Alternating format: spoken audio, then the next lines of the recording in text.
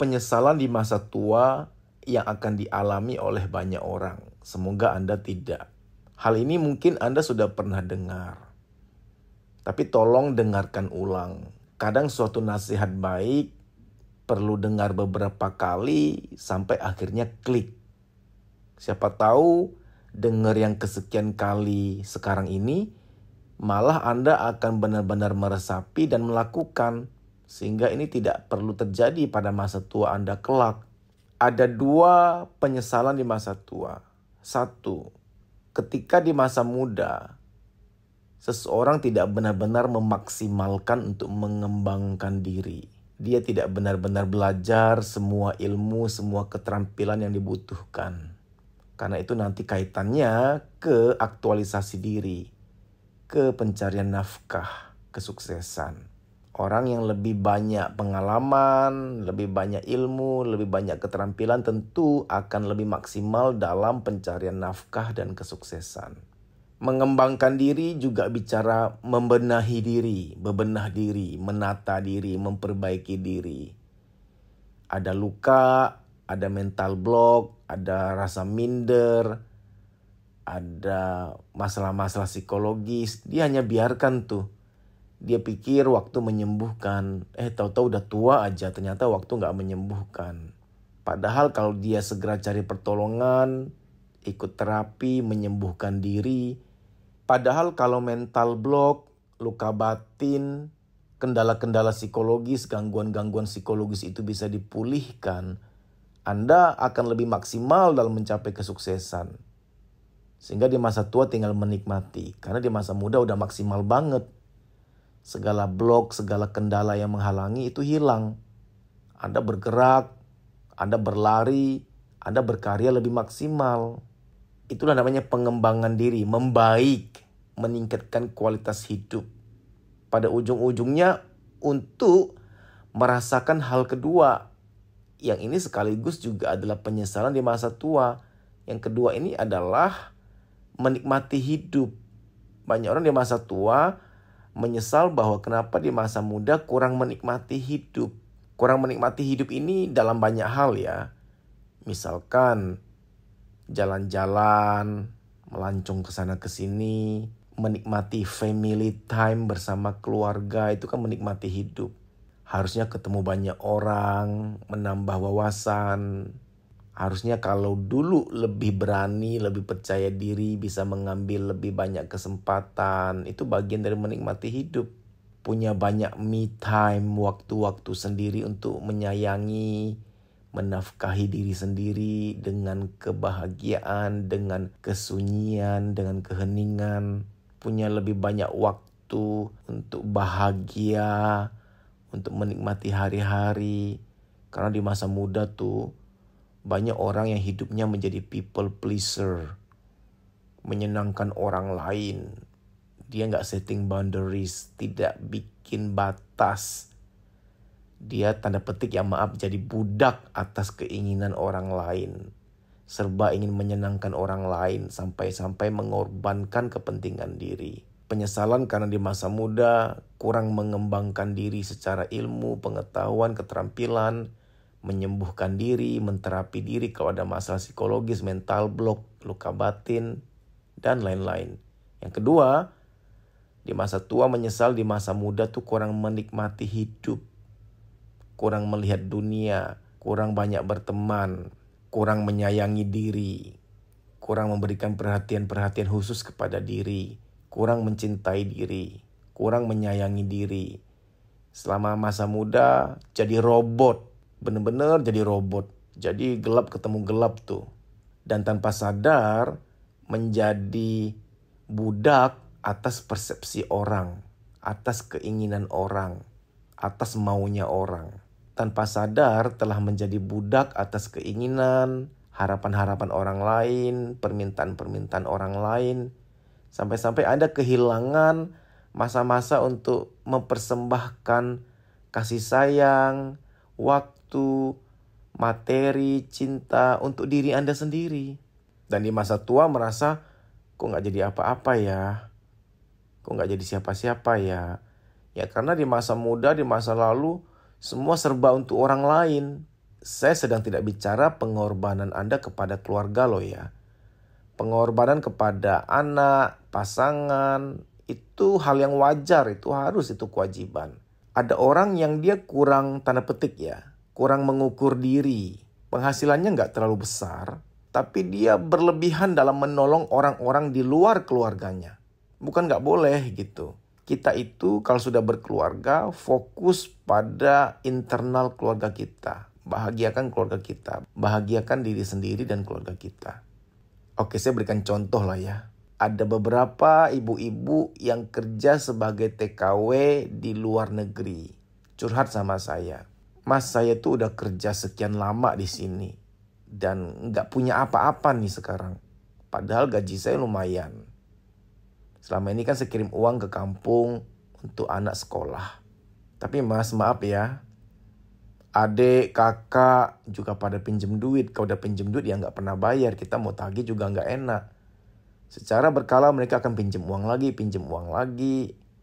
Lalu kadang tetangga juga minta tolong. Nah kalau minta tolong tahu sendiri ya udah memberi aja. Kita tidak mungkin minta, ya judulnya sih minjem. Tapi kan akhirnya kita nggak mungkin nagih, nggak enak. Tapi itu terus terjadi. Minjem lagi. Akhirnya saya udah belasan tahun di sini ya nggak ada hasil apa-apa. Ini sangat nyata loh ya. Suatu saat Anda akan dengar sendiri kisah-kisah ini. Orang kerja di luar negeri, tanda petik akhirnya diporotin, dimanfaatin oleh orang-orang di kampung. Dan dia nggak dapat apa-apa, sedih. Itu fakta. Wahai ibu-ibu, ketika engkau sudah punya anak, tanggung jawab terbesarmu adalah anak. Ada uang simpen buat masa depan anak.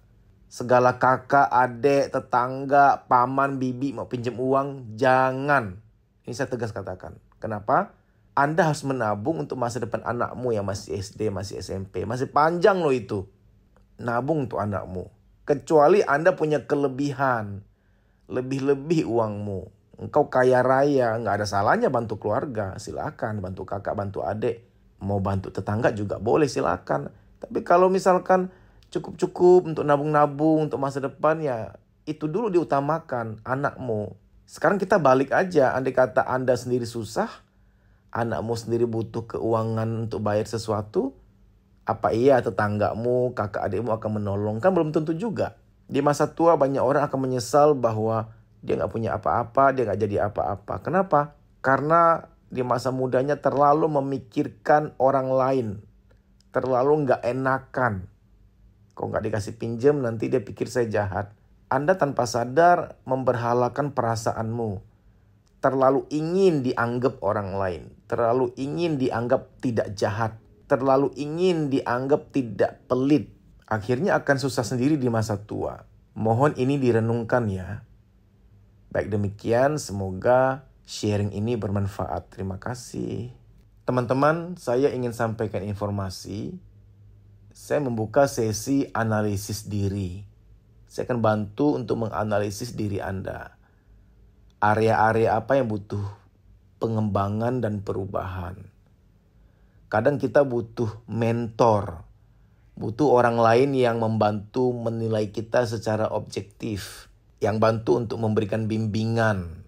Yang mengevaluasi kita, melatih kita untuk menjadi lebih baik dalam hal yang memang seharusnya ditingkatkan dalam diri kita. Teman-teman, ini program privat di mana nanti via WA audio call kita akan bicara banyak. Saya akan bantu analisis area-area apa dalam diri Anda yang harus segera ditingkatkan, dikembangkan atau bahkan dipulihkan. Kalau ada suatu kendala psikologis yang sudah seharusnya dipulihkan, diatasi supaya nggak berlama-lamaan lagi menggerus, menghalangi, menghambat keleluasaan Anda untuk mencapai sukses.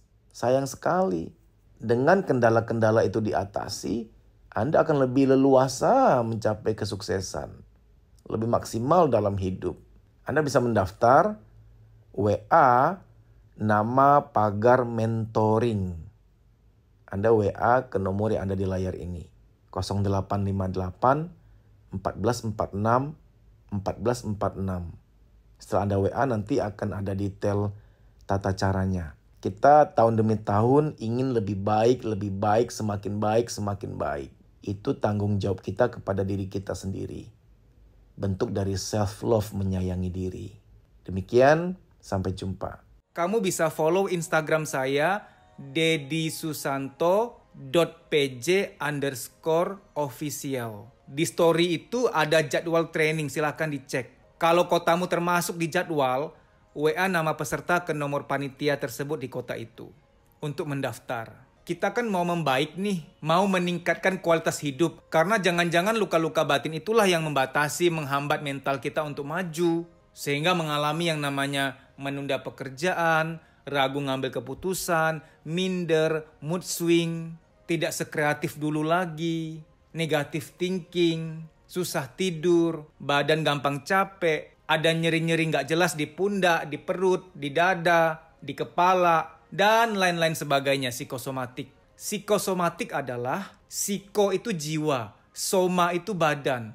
Psikosomatik artinya ada beban-beban di jiwa, baik yang terpendam maupun yang disadari, ketika secara akumulatif sudah penuh, dia nitip taruh beban di badan. Ada yang nitip taruh beban di kepala, jadilah migrain, rambut rontok, pelupa, insomnia, pikun dini, dan lain-lain sebagainya.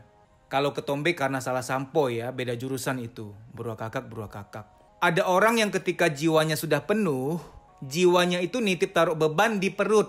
Jadilah mah, nyeri head berlebihan, nafsu makan tinggi, nafsu makan rendah, dan lain-lain sebagainya. Saya nggak mau sebut nama-nama penyakit lain yang wah ya. Tidak baik menyebut nama-nama penyakit seperti itu karena dapat mensugesti. Saya sebutkan hanya gejala-gejala kesehatan yang sering dialami oleh kita semua, yang ringan-ringan. Time doesn't heal. Waktu tidak menyembuhkan. Kita perlu berusaha untuk memulihkan diri kita. Ada doa, ada usaha. Harus seimbang. Kalau ternyata setelah kamu lihat jadwal di Instagram saya, tidak ada kotamu terdaftar di situ, apa boleh buat kamu ikut training secara pribadi. Ini coaching pribadi. Nanti via WA call dengan saya. Tapi harus daftar dulu. Nah, daftarnya agak beda. DM, Instagram, kuliah psikologi. Daftar di situ, DM dulu. Bilang bahwa kamu mau daftar training private, coaching private. Baik demikian ya, semoga informasi ini bermanfaat. Terima kasih.